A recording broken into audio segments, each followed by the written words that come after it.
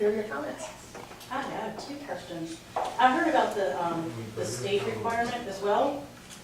But did they get any more specific about, can you be a property owner, or do you have to have your primary residence in Virginia? What does from Virginia mean?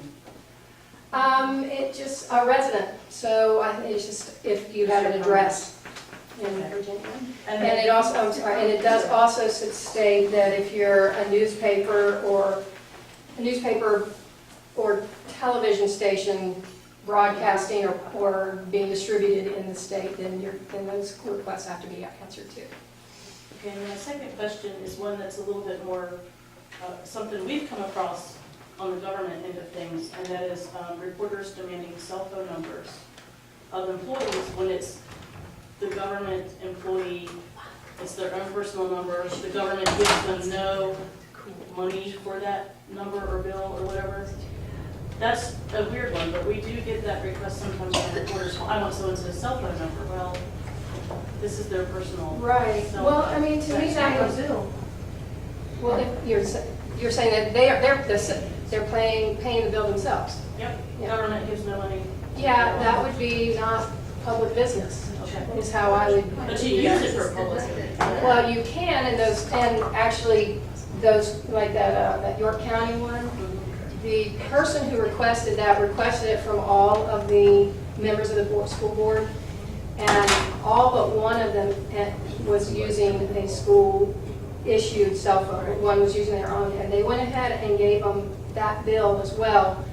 Same thing, redacted to show that these calls were still the public business.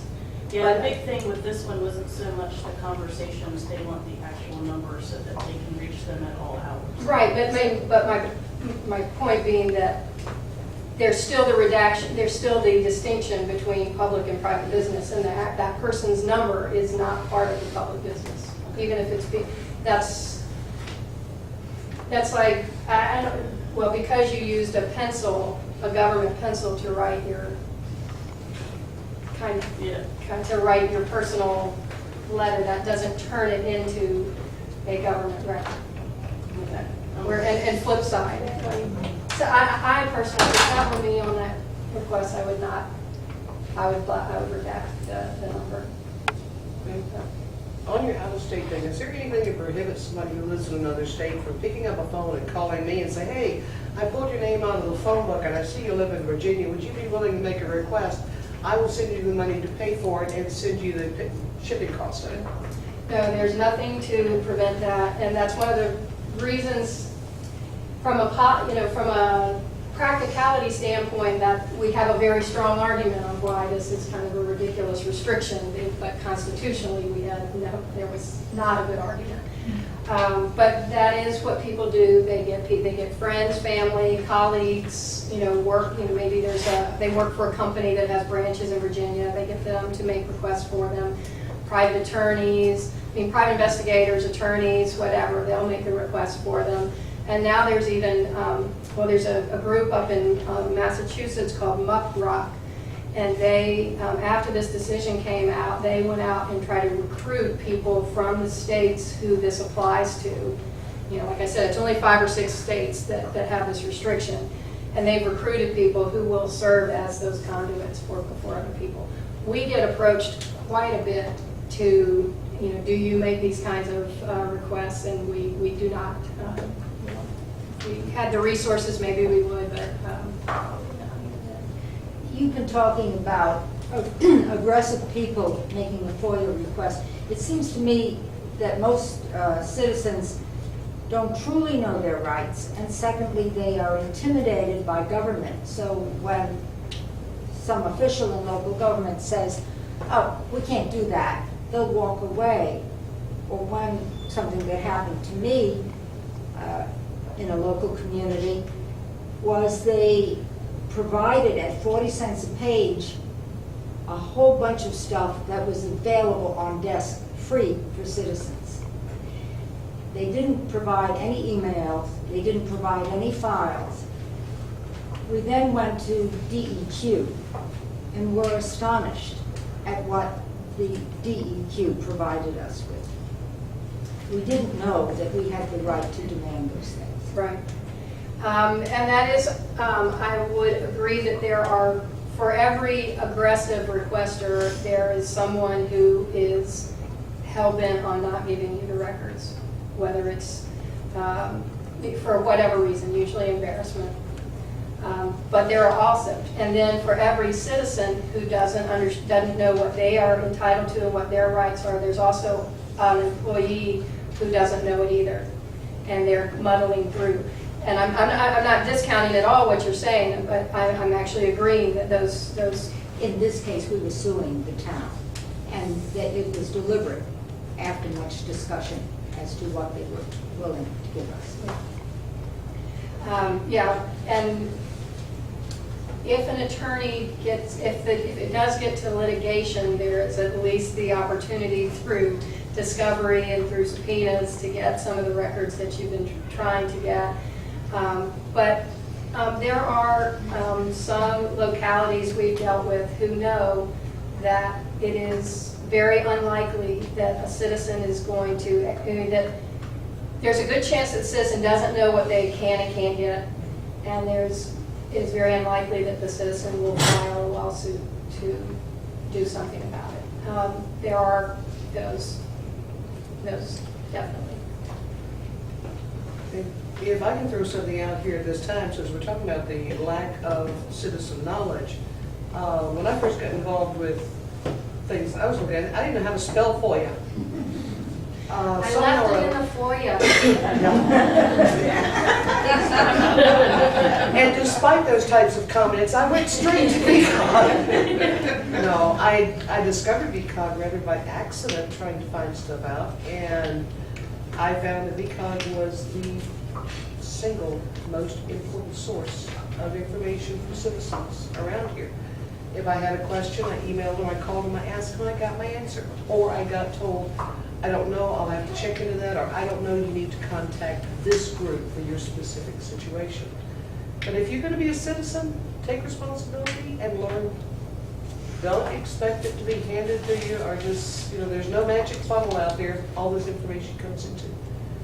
It never hurts to ask a question. I will point out that most local governments these days have on their website who is the point of contact for FOIA requests. And that's the best person to start with.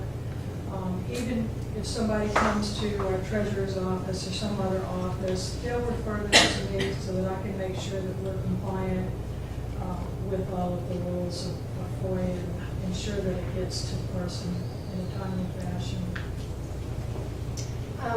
When a couple of years ago, the Public Records Act, which governs the way records are managed and retained and archived and all that kind of stuff. It doesn't have any enforcement powers or anything, but it was revised 6, 7, 8 years ago, and in part of that was a provision that required all localities or all governmental entities to designate a records manager.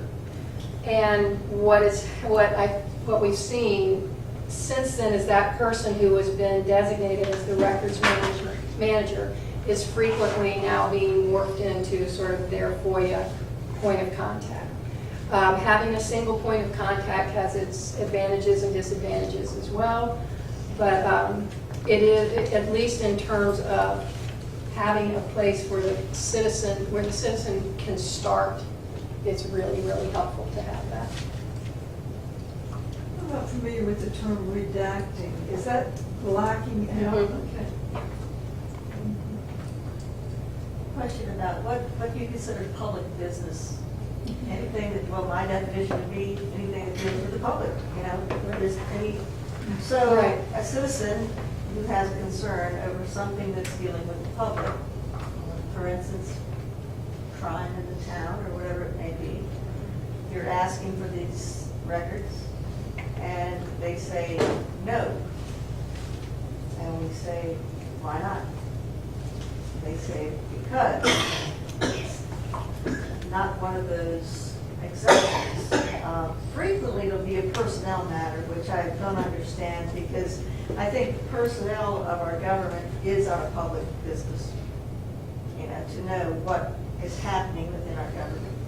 But so how do you approach that to say, well, it is considered public? business? Well, a couple of different things. What is considered public business is pretty much anything government does.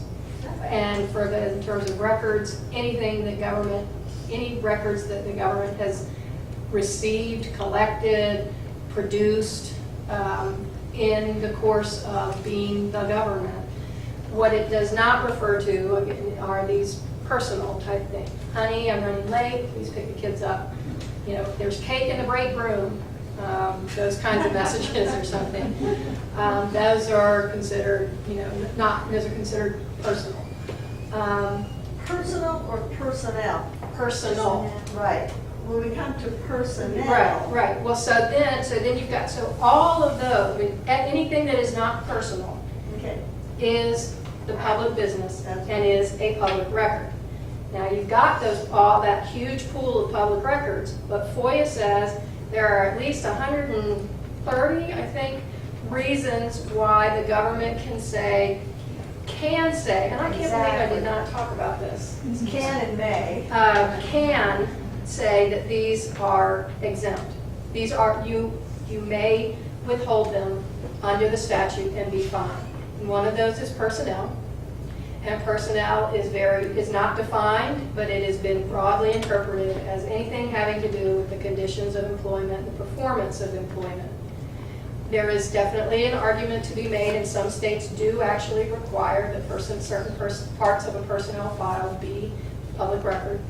Virginia is not one of them. Although Virginia does say that even though the personnel record could apply, it does not apply to salary. It does not apply to any contract for employment that you may have. It doesn't apply to any reimbursements you may seek. And it doesn't apply to any benefits that you receive.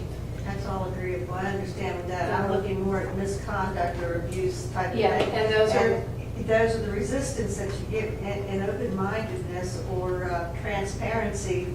We don't have that here. Absolutely not. If you go to look for something that's either they're guilty or there's a reason why, but it's not in fairness and openness. And I'm glad you're here. And we'll be in touch often, I'm sure. But there shouldn't be that resistance, because when you try to hide or conceal or put something, it adds to the dishonesty of the government. So. Well, the exemptions are discretionary. They do not have to be invoked. Personnel, I think you're not going to, what's happening here, and I don't know what you meant by here, like which town or anything, I can say is universal across Virginia. And I think, it's just standard that those personnel records are going to be withheld.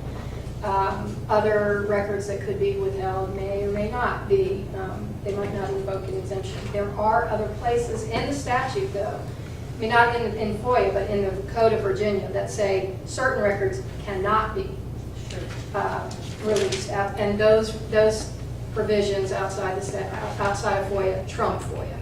So even if FOIA has their exemptions, but if this other statute says you cannot, then you cannot. Excuse me, one other question. Individual, the person themselves, if it's anybody, Carol, me, whomever it may be, activists, advocates, or whatever, who say, I want any and all information, records pertaining to myself, where would they be able to say no? They couldn't. In FOIA in particular, the personnel exemption says it does not apply to the individual seeking their own personnel record. Not a personnel record. Well, Public okay, record. I'm just Okay, a second. They have to be able to have access to their own personnel records. There's also a part in the Government Data Collection and Dissemination Practices Act that says that you as a citizen have a right to see the records that government has collected about you. Now there is that right, and people use it, but the problem with the GDCDPA is that there's no procedural mechanism for that. There's no time limit, there's no talk about costs or anything like that.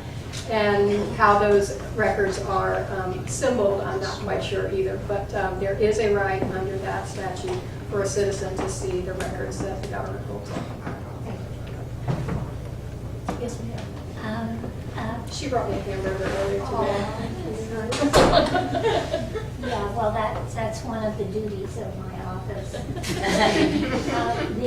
Hamburger later. Many of the members of the academic community were very upset about the Attorney General's request for information which scientists at UVA considered personal, on the grounds that part of the financing for the project was through government money. And that really created a tizzy in the academic community. Right. So this was Michael Mann, who's now at Penn State. When he was a professor at UVA, he did research on climate change and came up with what's called, sort of referred to as the hockey stick graph that showed, global warming or global temperatures is going like this and then spiking up. The Attorney General submitted a subpoena to UVA seeking those records, saying, there were some emails that had surfaced in England saying that there was, do this, referring to a trick, doing a trick to get these data results. So the Attorney General filed a subpoena against UVA to get those records, saying that was possible fraud because they had used some grant money from the state to do that research. At the same time as that was going on, well, and I'll just follow that through. The Supreme Court of Virginia ultimately said the Attorney General did not have authority to issue a subpoena against UVA in that case. So that was done. While that's going on, though, an organization, an advocacy organization, filed a FOIA request for the exact same records. And I'm the daughter of 2 professors, so I'm quite sympathetic, but I think UVA totally botched this. There is an exemption in FOIA for research-related records, and they could have used that exemption at that time. Instead, they didn't respond, and they didn't respond, and then they didn't respond. And 6 months later, the organization goes to court and says, I need these records. And the judge, I don't know where the judge came from either, but he said, okay, well, you have 3 months to produce a production schedule for these records, but in the meantime, the organization can look at them. Well, that brought all these other people into it, saying, wait, why are you letting them see them? If we're in litigation, we're in litigation, and they shouldn't get to see what they're trying to get through litigation. And it just kept going and going, eventually ended up with a court ruling, with UVA finally using that exemption that they had all along to deny the request, and then that was upheld by a court. So I did a couple of panels on this, including with the American Association of University Professor from AAUP, right? I did a presentation with them, and our position was, academic freedom is its own issue, and that is something that needs to be addressed, but the law in Virginia stated that those records were public records unless they were exempt under that exemption. So if Michael Mann or UVA was upset about the threat to academic freedom, the place to go was to the legislature to get them to change that law, not to try to block this lawsuit and say, oh, we're being vilified because we believe that climate change is man-made. It became personal. It became about the subject matter instead of about the public records aspect of it, which said these are public records right now. Do you want that hamburger back? No, that's very interesting. One of the things that I think it's difficult for people to understand and comprehend is the fact that FOIA itself is not, it's not as restrictive and contained as people think it is. It's flexible, has a lot of potential. It should, by rights for citizens, in my opinion, set the minimum standards for application and the rights of citizens. It should not be this is all we're going to do and that's it, in the box kind of thing. And that becomes crucially important to me when it comes time for the legislative session. This past legislative session, I think the last 2 or 3, there's been this whole issue about, well, if a jurisdiction's got a website, they can put their public notices up on that, they don't have to put it in the newspaper anymore. Okay. I don't care that the newspapers are making money off of it. That's superfluous. But we've got people that for the last 50, 60 years have been trained to look at the newspapers to find that information. We have a large number of people who don't have internet access or who don't have computers or choose not to use them. And I know that VCOG has been very much against this kind of a law going in, but I know they're getting closer and closer to a jurisdiction may, if it wishes, area that's likely to filter through. What can citizens do to stay on top of what's happening at the legislative level and work to help make sure that their legislators know their concerns? Yeah, public notices, it's not just a rough battle in the legislature. It's actually something that my board is really continually struggling with. It will come back again. It'll keep coming back, and I think eventually we're going to get to a place where public notices are online, whether those are on the government websites or whether there's going to be a third party that puts them up there, or whether it's going to be the newspaper's websites. I don't know, but I think probably 15 years from now, that's probably what you will see. But in terms of if these or other issues are of interest to you, we do track legislation every year.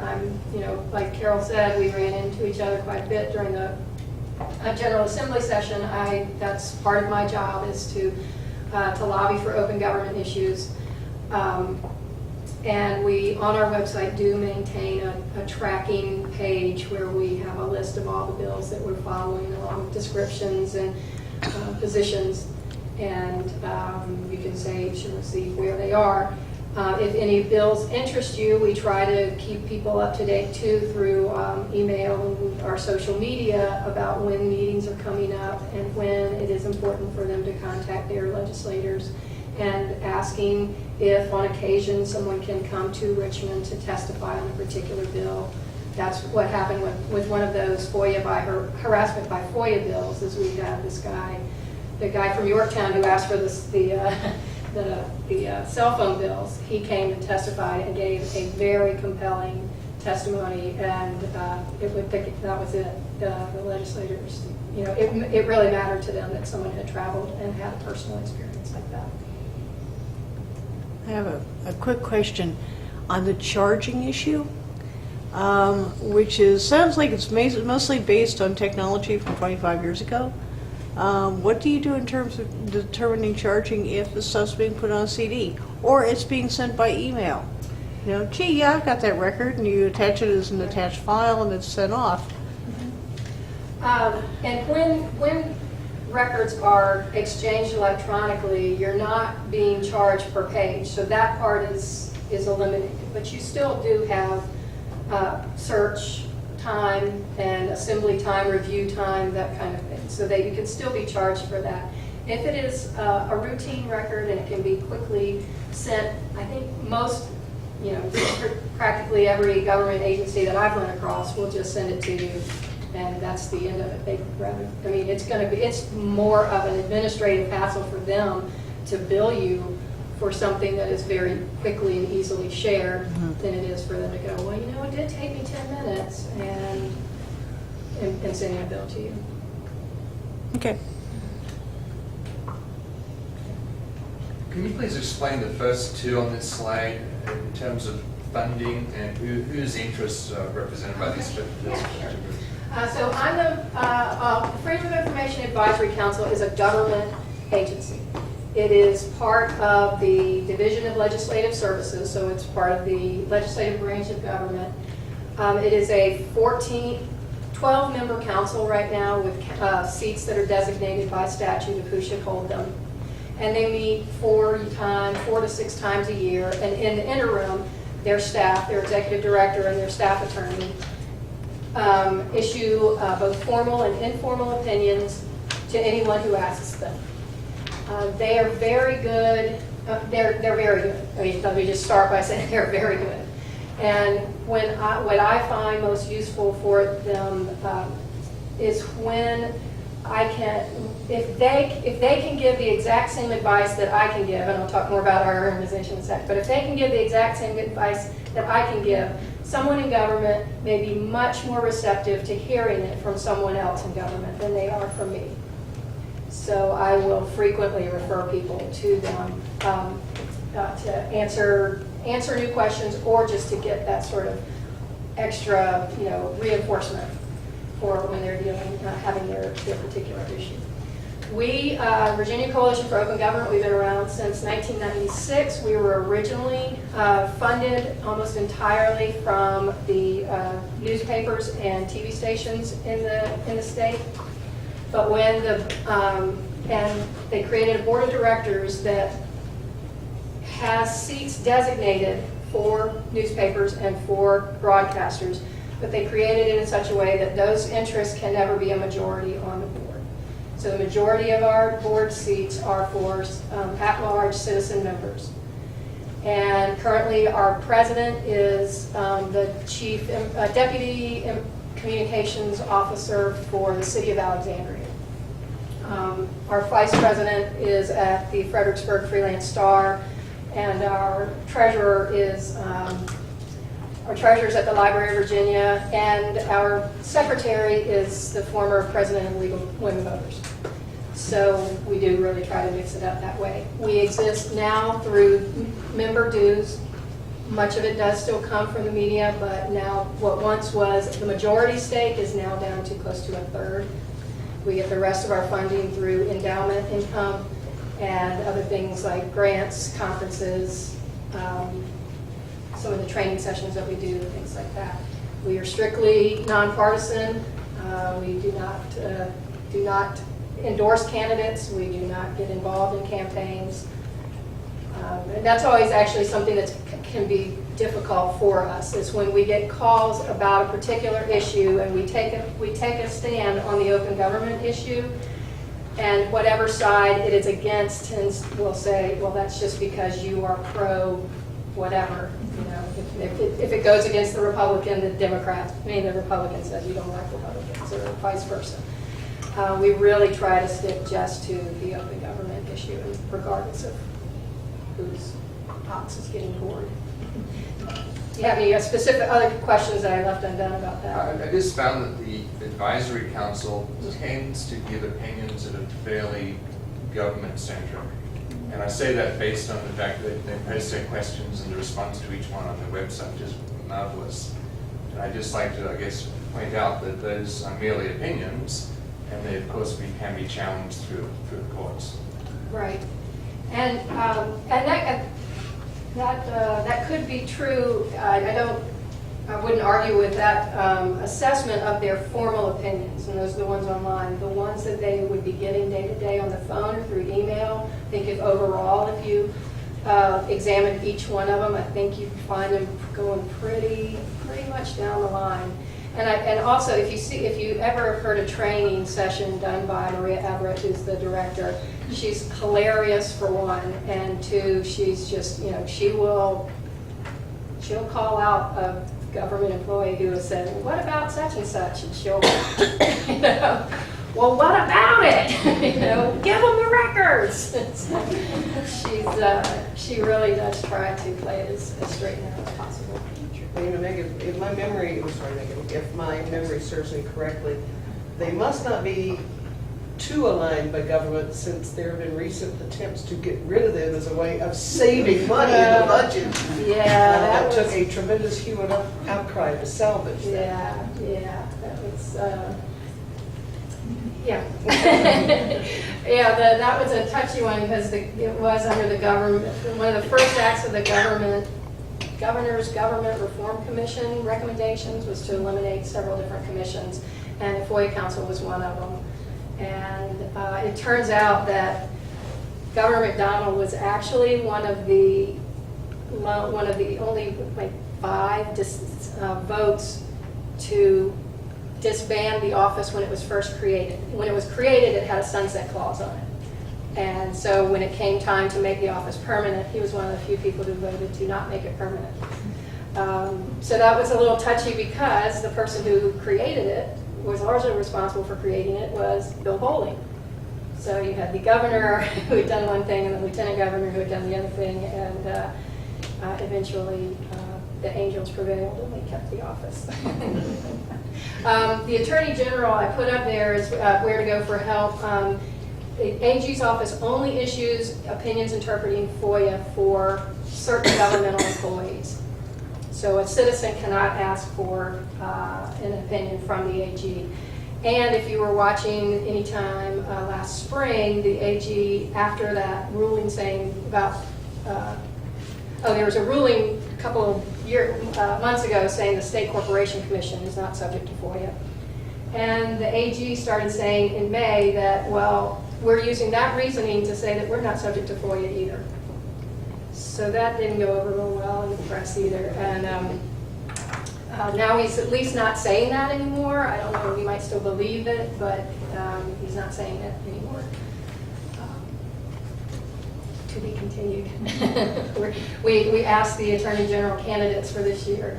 We're getting them covered saying, is the AG subject to FOIA or not? Great, well, I don't want to take up all of our break time, because I know somebody may want to go get something to nibble on or drink or go to the restroom before the second half starts. We do have a 30-minute break now. I'm hoping that Megan will hang around and answer any individual questions, because I know sometimes it's easier to ask face-to-face than it is in a crowd. And please, just be patient with us. We'll get our next 3 speakers lined up here, and should be restarting at 3 o'clock. And we Okay.